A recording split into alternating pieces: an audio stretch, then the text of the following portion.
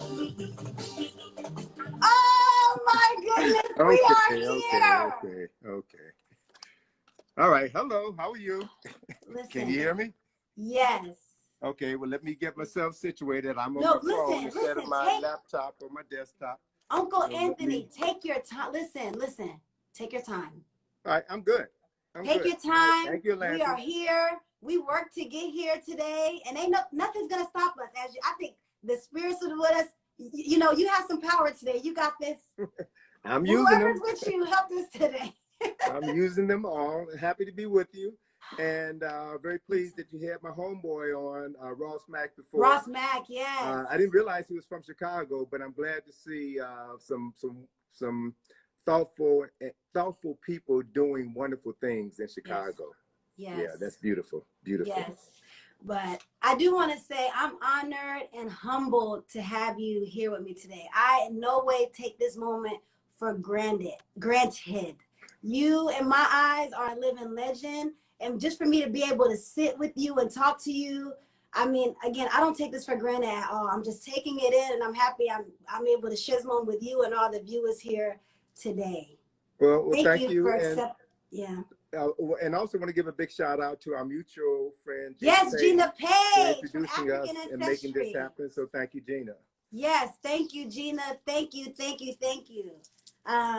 So, you know, with that being said, I do want us to take a little bit of time with this conversation. You know, you'll probably hear me ask you, like, what does this mean? What does that mean? Because I don't want anything to go over anybody's head. You know, we're all learning at the same pace right now. And I need all of us to take this in and take this moment in. So you are a memory recovery specialist. Yes. Tell us, what does that mean to be a memory recovery specialist? All right, so let's look at it from this context. Everybody watching us today has a digital device. They have cell phones, they have tablets, they have desktops and laptops. So one of the worst things that could happen to any person is for your hard drive to crash. I had that happen to me about 7 years ago. My hard drive crashed, and my life was on my hard drive. So I went to a facility that recovers the data in the hard drive. And the brother at the facility told me that when your hard drive crashes, none of the information is lost. Anytime you erase any data that you have put into your phone or your computer, that information is never erased. What is erased is the address that allows the machine to access that data, but the data is always there. Wow. So what a hard drive recovery specialist does is to reattach all the addresses so that you can access the information that's already there. So I started thinking about what I'm doing, what my life work has been. African people have the longest documented history of any people on the planet, and all of that information is literally downloaded into our cultural DNA, our cultural hard drive, but our memories have been erased throughout the Ma'afa, enslavement, segregation. All of these efforts were designed specifically to erase our memory and then to erase the erasure. So we don't even know that we have a past worth remembering. So my role as a historian is to recover the memory of the people who have been written out of the respectable commentary of human history. Yes, and you know, this is the second time I've heard you say erasure. Can you explain what that means, erasure? All right, well, let's just look at it from the standpoint of African people. As I stated previously, African people are the oldest people on the planet. We have the oldest documented history on the planet, and the greatest documentation of human accomplishments has only been found in ancient Egypt. So in an effort to disconnect us from our history and culture, our oppressors said that Egypt is not in Africa, said that Egypt is somewhere in the Middle East, and say that we don't have a connection with Egypt, that ancient Egypt was built and created by non-African people. Well, that's an erasure. And so the more we are miseducated, we continue the process of the erasure of the erasure of the erasure. So we don't know, and we don't know that we don't know. Right. So my job as a historian or a memory recovery specialist is to do the work, recover those memories, and then to have forums or opportunities where I can now download these memories back into the people that need it the most.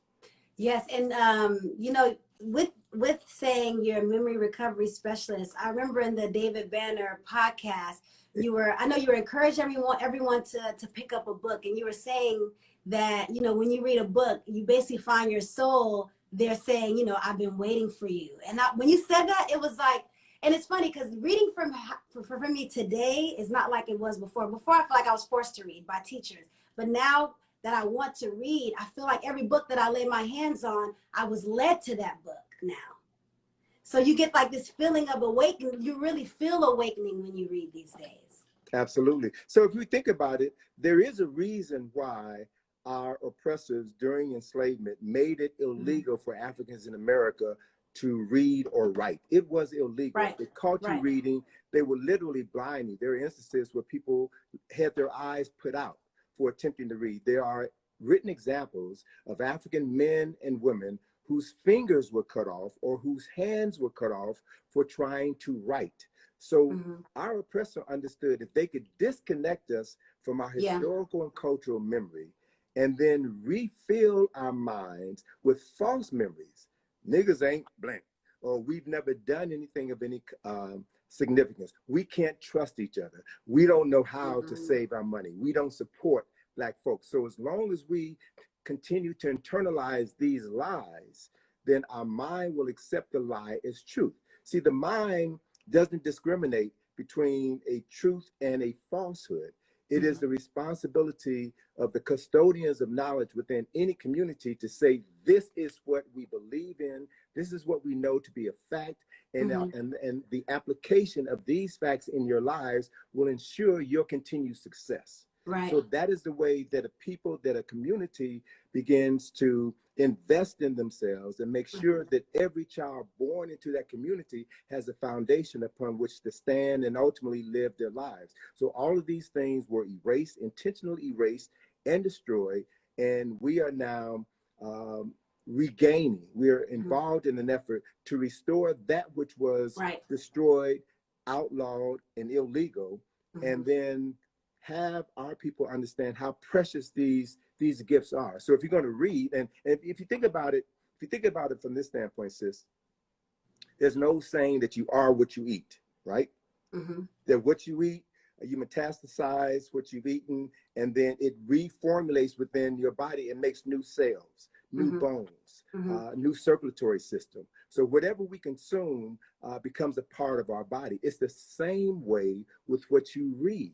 Yes. You know, through the process of looking at words on a page and then assembling those words into sentences, paragraphs, concepts, and ideas, then this information then resonates with your soul. This information affects you on a cellular level. And if you just happen to be a person who is striving to reconnect with your ancestral legacy, then certain information will trigger these connections to your ancestors and spark their awakening so that they can now work through you to continue your journey. That's the process. That's why our oppressor destroyed our books, erased our memory, because they knew that if we were ever to regain or to restore that memory, the game is over for them. So they are literally fighting for their lives, just as we are now fighting for our lives. And you know what? Just when you said like they literally destroyed our books, because I love that you said that for my own sake, because I was a little frustrated, right? And I was thinking like, you know, all our elders and those before us know so much, but we're not writing enough. At least, you know, the other people learn how to write and document their history, and we like you were like, you know, running for scraps and trying to figure everything out. But you kind of made it clear to me it was destroyed. So we kind of had to start from scratch. Well, we're starting from scratch, but let's also remember this. Africans are the oldest people on the planet. According to recent documentations, Africans as Homo sapiens sapiens, that is a man, a body, a physical body with a mind and the consciousness to know that they have consciousness. That's Homo sapiens sapiens. All right, so Mhm. we are the oldest examples of human beings with consciousness on the planet, and we have been exercising our consciousness for at least 300,000 years. We Mhm. have the deepest memory reserves of any people on the planet. In contrast, the people classified as Europeans or Caucasians, genetic evidence has shown that Africans who went into Europe lost their melanin, mutated, and became non-Africans or Caucasians. That process only happened 7 to 8,000 years ago. Oh, wow. All right. So if we just look at the numbers, then we have a greater reserve of knowledge to tap into. All we need to do is to reestablish that connection. And so reestablishing that connection begins first in your heart with a Mhm. desire to want to know. Mhm. And Right. then as you begin to read, as you begin to connect with others, then your consciousness begins to open and then begins to draw other people to you, other information to you. And as you internalize that information, that then further expands your consciousness. So literally, my sis, the only thing that stands in our way right now is us. Mhm. That's the only thing that stands in our way. Mhm. And when we understand that we are the determiners of our future, not the white man, not the oppressor, not Right. your mother, your father, or someone who abused you in the past. That's in the past. In the Mhm. present moment, you control the present moment. And so what you do in the present moment determines eternity. Right. That's how much emphasis should be placed on what we think, what we say, and what we do, because that shapes the future for all eternity. Right.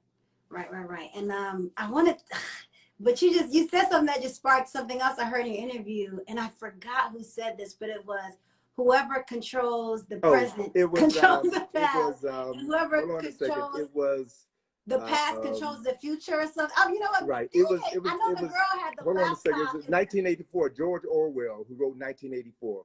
Whoever controls the past controls the future. Whoever controls the present controls the past. Which means that the present, today, this moment is the most important moment in your lives, because it determines what you can access of the past, how you access the past, how you use that information, and then that determines how you will shape your future. So the present moment is everything. it. Yes, That's everything. the gift. The present is a gift. Yeah. Yes, indeed. So I want to talk about you a little bit. And I'm going to read this verbatim because I don't want to get this wrong. Okay. All right. So you are the first person of African ancestry to fund and restore an archaeological tomb excavation in Egypt. You've been doing this since 2009, correct? Actually, we started the Asa Restoration Project in 2008. So this will be our 13th year. Okay. Explain first, what does it mean to fund and restore an archaeological tomb excavation? Okay, so we are excavating in Egypt, on the west bank of Luxor, Egypt, which is the largest city of the dead on the planet, the largest necropolis. We're located between the Valley of the Kings and the Valley of the Queens. And this area just happens to be where the first Kushite tombs, or what they call Nubian tombs, or 25th dynasty tombs, built in Egypt. So it happened at a point in time around 750 BC, when Africans from Kush, modern day Sudan, came into Kemet, modern day Egypt, to restore the land of their ancestors. Because Egypt had been invaded by Libyans, by Assyrians, and the country was a mess. So African kings, rulers in Kush, modern day Sudan, said that we're coming into Kemet with our army. We're going to drive out the foreigners, and we're going to restore the land of our ancestors. And they did that for approximately 100 years. So the two tombs that we're currently excavating and restoring were the first two Kushite tombs during this period that were built in Egypt, on the west bank of Egypt. So we are literally raising the money to pay for the workers, to pay for the tools, and everything that's involved in excavating a tomb. These tombs were built 20 feet underground. They were covered up by sand. We have removed over 700 tons of debris in one particular tomb, the tomb of Karaka Men. And then after we removed all the debris, we were left with the responsibility of putting everything back together again. So in this Wow, one good particular work. tomb, Yes. we have found over 30,000 pieces, 30,000 fragments. Some pieces as small as your thumb, other pieces as large as a dining room table. And each of these fragments was part of the wall, was part of a pillar, was part of the ceiling, was part of the floor. And many of these pieces had carvings on the metal netter or hieroglyphics, and they were painted. So they tell a narrative, regarding the soul of this person that the tomb belonged to, and the words that his soul needed to know in order to journey from the first pillared hall into the second pillared hall, into his burial chamber, so that his soul could prepare to be reborn. Right. So this is a tomb that is, I don't know what the square footage is, but if you can imagine a house with 1, 2, 3, 4 rooms and a basement, right? And we have put all of this together, and our goal is to complete the restoration of these tombs and open these tombs by 2023. So we're about 93% done with our work, and we're looking forward to go back to Egypt in September to work on this season. This season's work was delayed because of COVID-19. Right, so you're still doing it in September? Yes. Oh, I thought it would be pushed back maybe because of everything. We don't push anything I know back. that's we may right. delay like, it for a moment. Back. We made this happen. You're going to make that happen. Yes, indeed. Yes, indeed. No, that's amazing. So now, are you able to disclose with us as far as, is there any funds that's still being raised or how much? Of course. Okay. So this is an ongoing process. And on average, now we've got 3 tombs that we're currently working on simultaneously. The tomb of Karakamen, which is the largest tomb, the primary tomb. We have the tomb of Karabashkin, who was the mayor of Waset. Now, Waset was the original name, the African name for the city that we now know as Luxor and Karnak, where 2 of the largest, 2 of the most important temples in Egypt were built in this city. Waset was, for all intents and purposes, the cultural, spiritual, and political capital of the world for over 1,000 years. Wow. Waset is a city which is 2.5 times the size of New York City, including all 5 boroughs. I live in Washington, D.C. now. So Waset was 13 times the size of Washington, D.C. And this was a city that was administered by African people. It was the cultural, political, and political capital of the world. So we have about 90 people who work for us full time during the 4 months that we are working.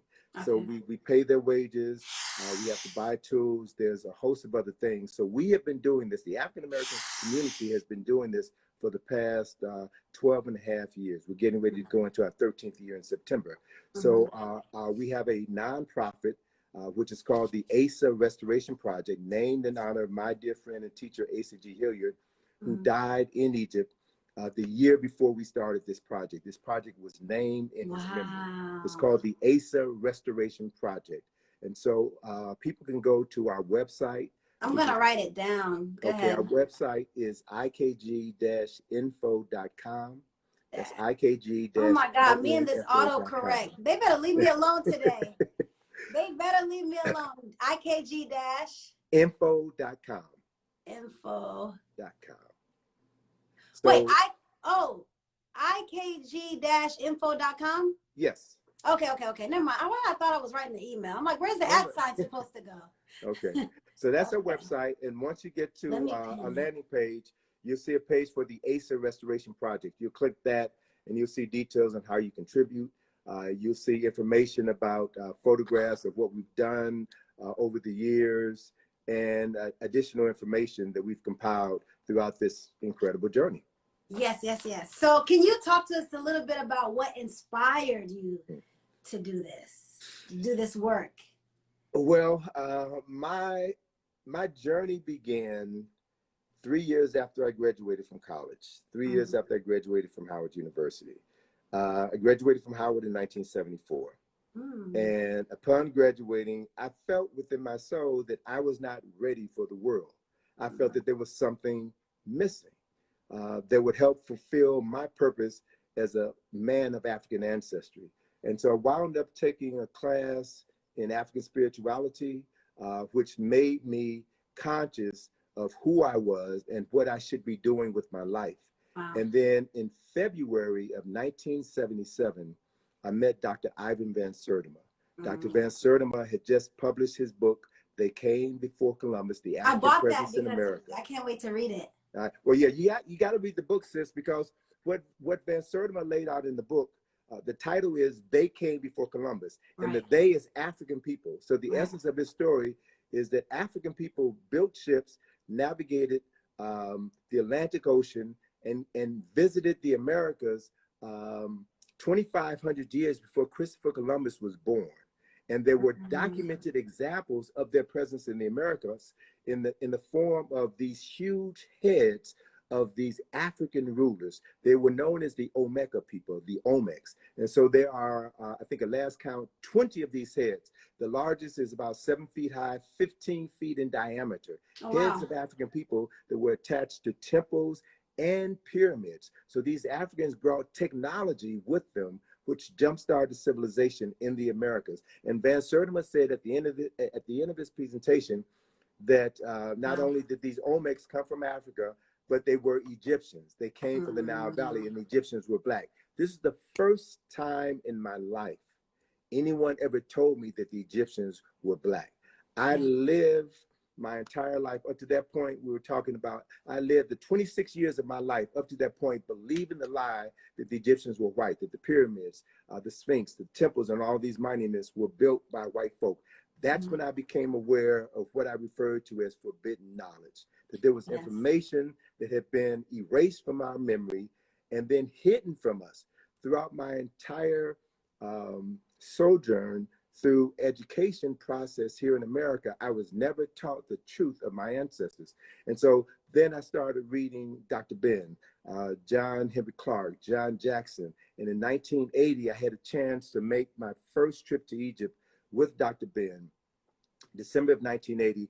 And those 13 days changed my life forever, where I saw with my own eyes that I had been lied to all of my life. I saw the physical evidence. So then I was determined to create a company that would allow me to share my knowledge with those Black lives that mattered most to me, my community. So in 1981, I established IKG and started doing lectures.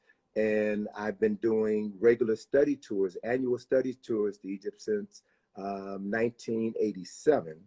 And we've been doing the excavations in Egypt since 2008. So 40 years of my life has been invested in uncovering this information and writing publications, speaking, traveling the world and sharing this information. And it is transforming lives. And we're at a critical milestone in history, sis, where we're now witnessing people around the world standing up in defense of African people. We're now witnessing a resurgence of people reading African history and culture outside of a formal classroom setting. So for book writers, for bookstore owners, for Black book distributors and printers, they're doing better now. We are doing better now in terms of distribution and selling of content than we have within the past decade. This is the moment that we've been waiting for. So as people are now realizing that there is information that has intentionally been withheld from them, and that through the consumption of that information, reading, learning, articulating this information, we transform our consciousness. And as a result of transforming our consciousness, we become our oppressor's worst enemy. We become awakened African people with an understanding of who we are, why we are here, and what we have the capacity to do. Yeah, and I remember that you were saying, that, you felt hopeful and that we were on the right track and that we could potentially get back where we were. However, we can't make the same mistakes that we made. Could you elaborate on what some of those mistakes were? Sure. Well, there is a con phrase, Sankofa. It comes from the Akan people in Ghana, West Africa. And Sankofa is a term that means it is not forbidden to go back and reclaim your past. And you reclaim your past for the purposes to understand what your ancestors got right, so that you can replicate it in the present and the future, and more importantly, to understand what they got wrong, so that you can avoid these pitfalls and ensure your continued success in the future. So it's about knowing, and particularly when we study our history, and again, we have the oldest documented history of any people on the planet, a documented history that goes back at a minimum of 10,000 years. Wow. Africans were the first people to write. Africans were the first people to read. African people were the first people to create universities, educational systems. So through my understanding, I know that to be articulate is to be African. Right. To read and study, to be smart is to be African. So we've got it flipped. We think that to be smart is to be white. No, we're being our authentic selves. And the more we align ourselves with the essence of who we are, the more we become capable of recreating the best that what African people have done. So in terms of what we got wrong, one of our biggest mistakes was to step away from the spiritual foundation which undergirds everything, and begin to focus our attention on the material world, materialism, which represents less than 10% of reality. Right? So anytime you invest the majority of your time, your talent, and your treasure into something which is temporary and insignificant, you're doomed to fail. Right? The essence of everything that is comes from the spiritual realm. Right? So you're an artist, right? Artists know that the things that we create come from inspiration, right? And so the idea for a painting, the lyrics for a song, the rhythm for a song comes into our minds from someplace, and where we may say it comes from nothing from an artistic standpoint, from a cultural standpoint. Nothing is not nothing in the traditional sense of the word. Nothing is the source of everything. Wow. Everything exists in nothingness. And what the artist does, what creative people do, they tap into the unseen world, which is the ancestral realm, where all the answers reside. And then we become the conduit to which those answers are transferred into our consciousness, and we become inspired. Think about that word, inspired. That means inspirited. A spirit has planted this concept in our minds, and we now vocalize it. We write it down. We take it from the metaphysical world or the spiritual world, and we manifest it in the physical world, and it becomes quote unquote real. But anyone who delves with this knowledge knows that reality exists beyond our ability to see. So like, let me just give you another example of this concept. Okay. We see because light bounces off of an object, right? And moves in vibrations, in waves. And those waves travel through the air, travel through our eye, along our optic nerve, and our brain processes those electrical signals and tells us what we're looking at. Whether it's a person, tells us that this person has a blue head wrap. So our brain processes all of this information and then informs us of what we are seeing, what we are listening to, right? So that's the process. So the physical world only represents 10% of reality. 90% of reality exists beyond our ability to see it. But just because you cannot see it does not mean that that thing doesn't exist. Yeah, exactly. We've heard that. We've heard that. All right. So one of the things that African people have done longer and better than any other people on the planet is to tap into that unseen world, that spiritual world, understand how it works, and then learn how to bring elements of the unseen into the seen world to shape our reality. Such that those people who do it the best are people we refer to as geniuses, right? Geniuses. We've heard that word, but what does that word really refer to? That word really refers to someone who is accessing their genetic memory, their genes. That's what a genius I'm is. good. Are you gonna keep doing this to me the whole day? That's what I do. You like, this is what I do, baby. Okay. I'm recovering. Wow. Look, Okay. sis, so look, understand this. Mm-hmm. I'm not telling you anything that you don't already know. Right. This information is inside of you Already. but the ability to access these memories have been erased.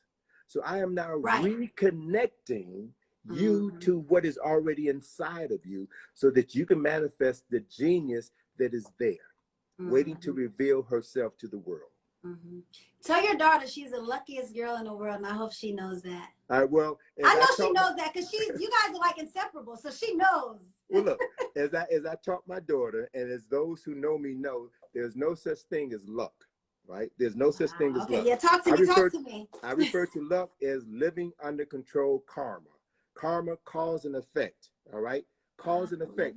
Everything happens because of things that have been set in motion, either in this lifetime or a previous lifetime, that affects everything that will happen for all lifetimes to come, all right? So if you understand that reality, my daughter is my daughter because she made the choice before she returned in this physical world that I want to come in through this female body and this male body so that I can have the continuation of my relationship with this person in this lifetime.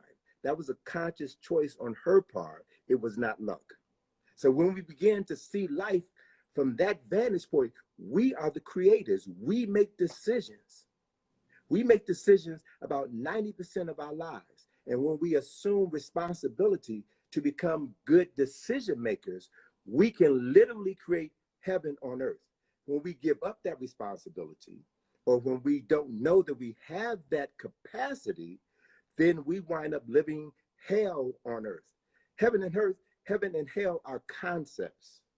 You know what? I think this is sorry. I'm so sorry. This is a good time for us to talk about the forbidden knowledge that you speak of when it comes to life and religion. Sure.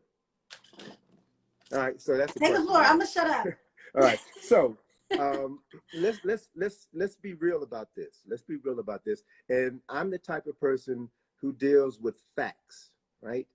I deal with facts because we have been deceived by too many people for too long, because we believe in something that people say, something that people tell us without validating whether or not what they're telling us is the truth. Sure. So a belief is something you accept without proof.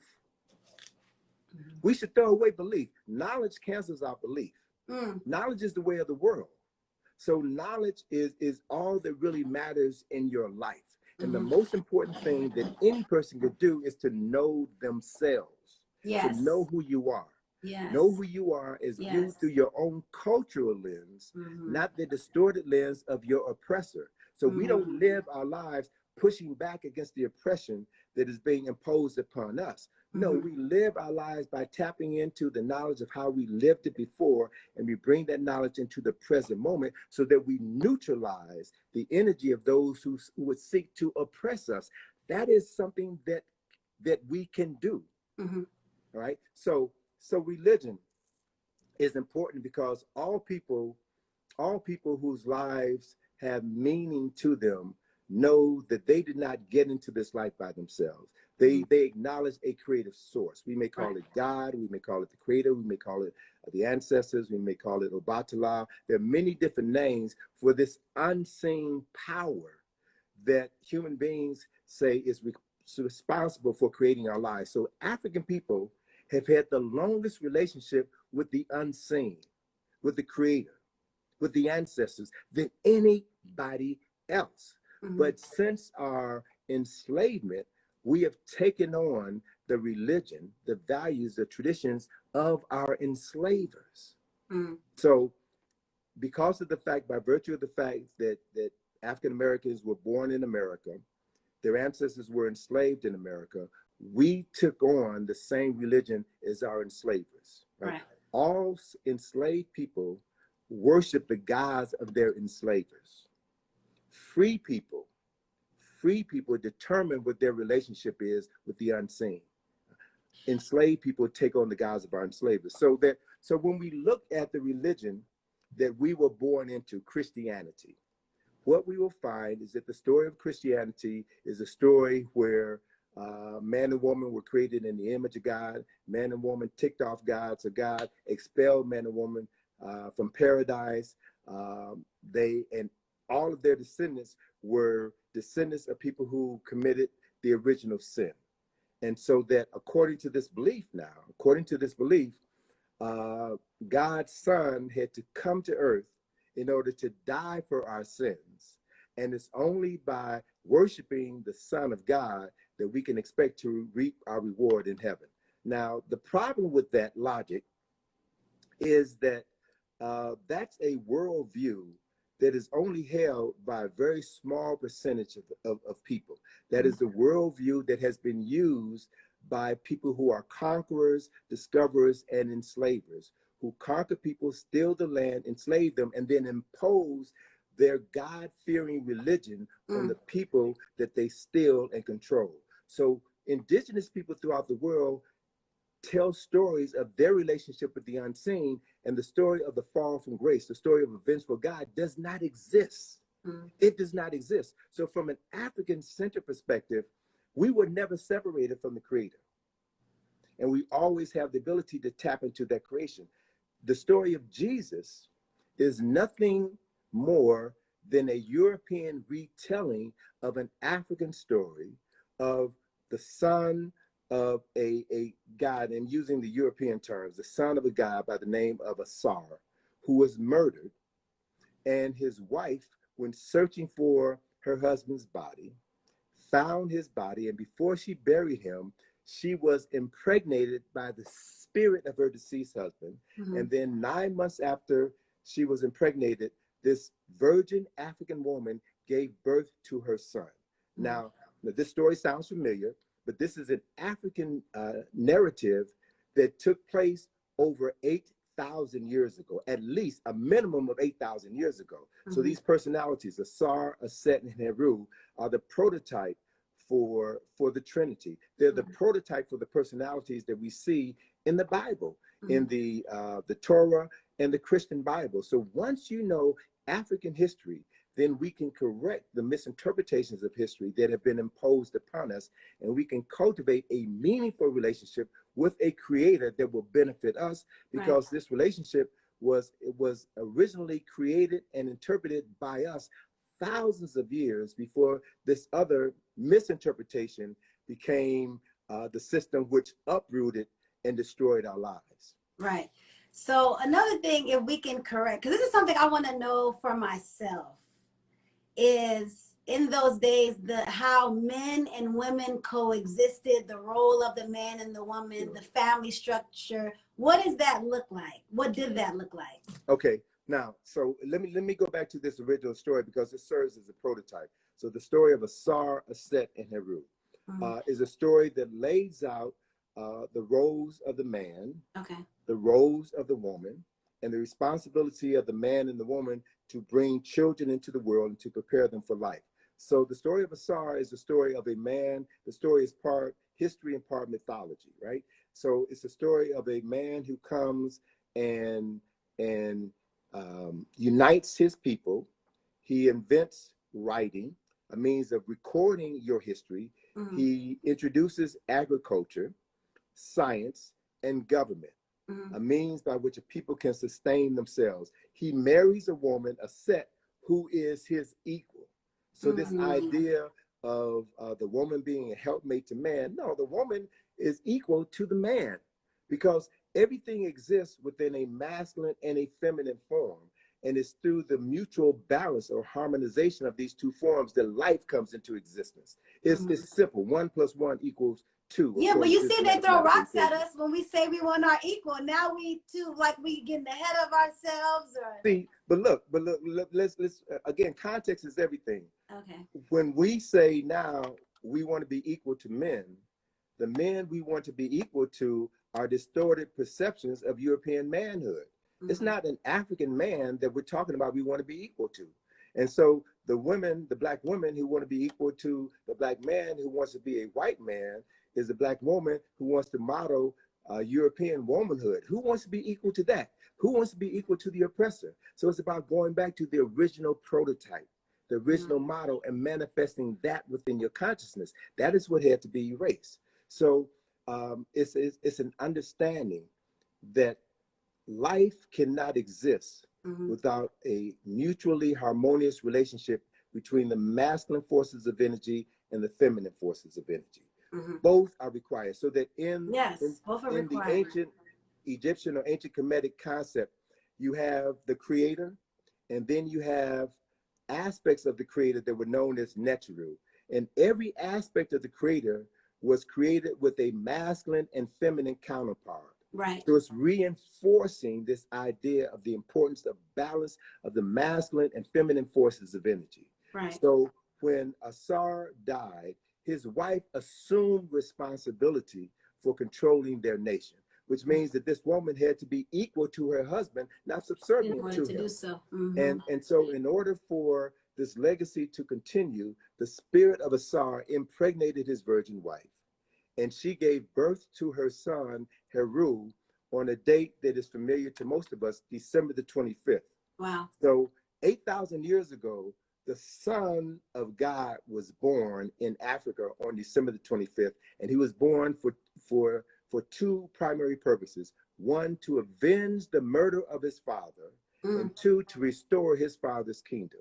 So when Heru was born, it was the wife's responsibility, along with her sister and another personality, to raise that child, to make sure that that child knew who he was and knew his reason for being born. Every single person born has a purpose for life.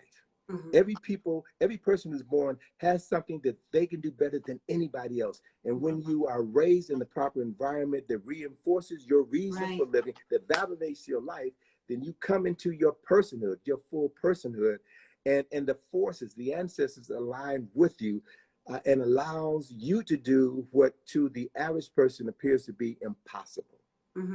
It's not an impossibility, it's the manifestation of you fulfilling your birthright. And so where we find ourselves now, at this particular point in time in history, where everything is changing, the old concepts that ruled us psychologically, emotionally, economically, and spiritually, those concepts are eroding right before our very eyes. And people are demanding changes. That's why they're tearing down statues. That's why they're demanding that the funds for the police forces be reallocated, be redirected, and put some of that money back into teaching people how to be people, how to be human beings, how to honor and respect each other, the life force in each other, so that we don't need to be policed, because we aren't committing crimes against each other. We know who we are, and we respect each other as a human being. Right. So that's the process that we're going through right now, and this process is going to be tumultuous. This process was written about, but it's a process that is going to lead to victory for those people who are ready to move into a new world and assume responsibility for being creators in that new world. Creators, not destroyers. So it means that your first obligation is to control your thoughts. And the control of your thoughts is determined by what you know, what you read, what you listen to, who you associate with. All of these things impact you on a conscious and a subconscious level. So we have to dedicate the rest of our lives to mastering life and becoming the best instruments for our ancestors to work through, so that we can create a glorious past in our present and our future. And that, to me, is the greatest expression of freedom. If you aren't doing that, or if you don't know that you have the capacity to do that, you're not free. You're still a slave. You're still mentally enslaved or culturally enslaved. So now, for us to start living life consciously and intentionally, I think it would be good also for you to explain the whole life after life concept. Sure. Can you talk to us about it? Talk to us about that a little bit. Of course. So one of the main tools of organized religion is to put the fear of God in you. Put the fear of God in you. Just think about that. Dick Gregory often said that fear and God do not occupy the same place, the same space. So a conscientious person cannot have fear. Knowledge erases fear. Knowledge turns on the light, and you know where you're going and why you're going. So with this knowledge, we know that the people, the oldest people on the planet, who created the oldest documented civilization on the planet, a civilization so vast that human beings today, with all of their technological advances, cannot understand how Africans created buildings 5,000 years ago that are still standing. Right. And there's so many other secrets which we still carry within us, which our oppressor cannot understand. And that's one of the reasons why they have to continue that oppression, because if we ever access that information, the game is over for them. So one of the lessons that was learned is that everything in life is cyclical. We see the sun rise in the morning in the east, moves across the sky and sets in the west, but it's reborn the next morning in the east. We see the moon go through its metamorphosis every 29 days and is reborn anew. So everything in life goes through this cycle of birth, life, growth and development, death, and then moves through a process of ancestorhood before it reemerges again. Everything in life, including human beings. So the body is temporary. The spirit and the soul are eternal. The spirit animates the soul, which makes a decision in the spiritual realm to come back into a physical body. And that soul chooses the male and female bodies that they will come through, because there is lineage associated with that man and that woman. So it's a consciousness choice that is made in the spiritual realm. And it's the responsibility of the man and the woman, the mother and the father, to know that the child that they're bringing into the world is an ancestor who has returned to live another life. Just as that father and that mother, that man and that woman, also made a conscious choice to come back into the physical world through their mothers, through their parents. So this is the process. So if this is a part of your culture, if this is something that has been documented, recorded in text, written in tombs, recorded on papyri, then this is something that you live and you know in your very soul that you are part of a continuum, that your life has purpose. And that community recognizes this life that is returned into this community, and they work in concert to manifest all the glory and the power that you have come to add to our continuum as a people. So that if you can overcome this lie that there's a heaven and hell, there's no heaven, there's no hell. They are states of being that exist on the physical plane. There are people right now within a mile of where you are, sis, whose lives are hell. There are people within that same area where you live right now whose lives are heavenly, who are doing well. So whether you live in heaven or hell on the physical plane is determined by the consciousness that you have. Is determined by your ability to understand who you really are and your purpose for living in this particular lifetime. And then when you die, when this body is no longer capable of continuing the life stream, then the body dies and the soul goes to be evaluated. So in Kemet, in ancient Kemet, there is this process known as the weighing of the soul, where your soul, the heart, which in ancient African tradition was viewed as the seat of the soul. So your heart is the seat of the soul. So the heart is weighed opposite the feather of Ma'at on the scale of truth and justice. And so the heart has to declare to God, to the ancestors, these 42 declarations of innocence. I have not stolen. I have not defrauded offerings. I have not committed murder. I have not spoken ill against others. I have not polluted myself. I have not polluted the land. 42 declarations of innocence. And if the heart, in telling the story of your previous existence, is true to these declarations, then your heart will be as light as a feather. And that's where the concept comes from. The heart being as light as a feather, which means that you have lived a righteous life.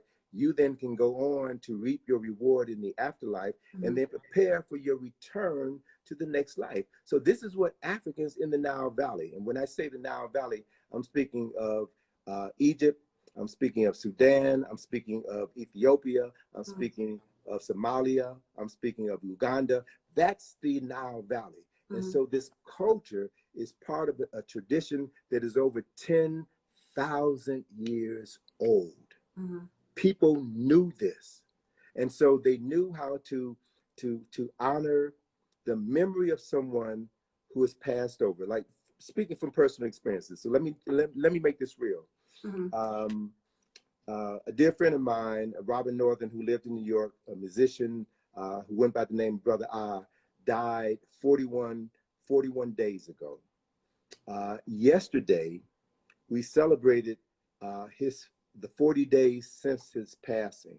And in African traditional society, 40 days is the time frame that the soul wanders on earth. Yeah, we do that too. All right. So it's an African tradition. Yeah. So 40 days after the 40th day is when that soul becomes an ancestor and takes their place among the pantheon of ancestors. And then we actually buried the brother just a couple of hours ago. So his journey is complete. He is now an ancestor. And hopefully his heart will be weighed opposite the feather of Ma'at. He will be found Ma'at Keru, true of voice. Then he will be able to determine how he's going to spend his time as he prepares for his next return into the physical world, where his life cycle will begin anew. So the life cycle begins anew, but it comes back with the same soul. And that soul is connected to all the lives that he has lived before. Yeah. And they always told us the soul never dies. Right.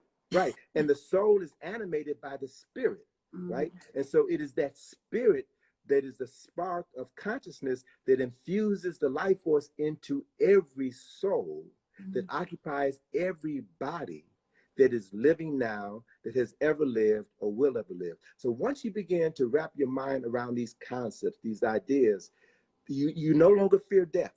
Right. You begin to have a greater appreciation for life, and based on your being immersed in this culture that values you, that your Black life matters, right? For sure. And you know how to manifest the power within this life such that you can now produce products, ideas, and concepts that will benefit your people, and that the children that you bring into the world will be the beneficiary of what you have created. And then if you are a conscious parent, then you will share this knowledge with your children, so that when you are gone, they know how to honor you and honor your memory. They know to pour libation to you, so that they will always have access to your soul. They will always be able to call down memories from you when they are needed. So let's look at Black Panther. Let's look at the scene in Black with Panther his where father. T'Challa He kept goes going into back. the ancestor realm. Yeah. Right? And he tells his father, that he's not ready. And his father says, have I not prepared you from the time that you were born? I showed you how to administer my kingdom. I showed you how to do this. I showed you how to do that. But he said, no, Baba, I'm not ready to be without you. Wow. I'm not ready to be without you. And then T'Challa said the words, which to me were the most important words in that film. T'Challa's father said that any father who has not prepared his children for his death has failed as a father. And then he asked, have I ever failed you? Wow. So that's how the ancestor connection works. The ancestors have always been there for us. They're always there to protect us, to counsel us, to guide us, right? And that is the reason why our oppressors had to separate us from that, to say that was voodoo. It was too powerful, that was man. pagan, right? So whatever they can do to erase these memories and erase the erasure means that we are disconnected from the source of power, and they can continue to abuse us any way that they choose. And praying to their God is not going to change that abuse. Marching and protesting is not going to change that abuse. We have to understand that we have to deal with this beast on a physical level, on a mental level, and on a spiritual level. And all three must be in harmony in order to neutralize them. And believe me, sis, when I tell you, it doesn't take more than 29 days to make that happen. It doesn't take more than 29 days. You know you're gonna have to explain that, right? Well, look. What we're talking It doesn't about. take more than 29 days to make it happen, guys. Well, look, let's the, see the how this works. understanding is, the psychological understanding is, it takes 29 days to form a new habit. Right. And all a habit is the writing of a new program that you put inside of your mental computer. Right. The program then directs all the applications that you use. So if your intent is to be free, and if you truly understand what freedom is, freedom in its literal context means to free your mind, to free your dome. How do you free your mind? You free your mind by understanding who you are.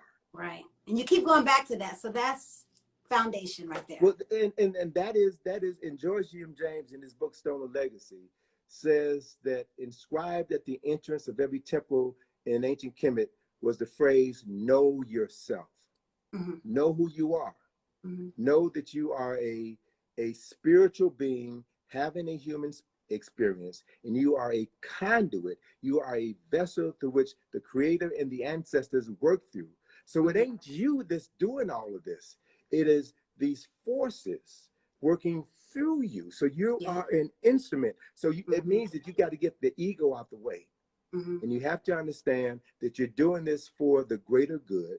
And you're doing this in this life for the benefit of all the lives that you will ever live, for however long this process continues. So that changes everything. If you know, for example, that you're going to be held accountable for everything that you do, not to the European concept of God, but to my aunt, on the day that your heart is weighed opposite the feather of mine, you're going to have to say, I've not stolen.